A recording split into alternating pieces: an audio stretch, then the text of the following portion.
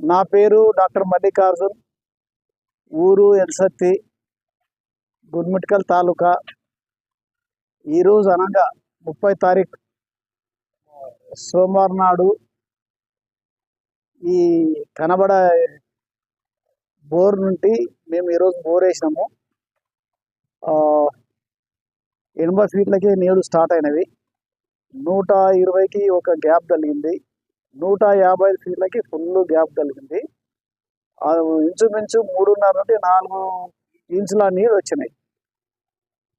చాలా ఇది సంతోషకరం. ఇది మా భూమిలో ఇంత వాటర్ ఉందంటే నేను చాలా సంతోషపడ్డాను.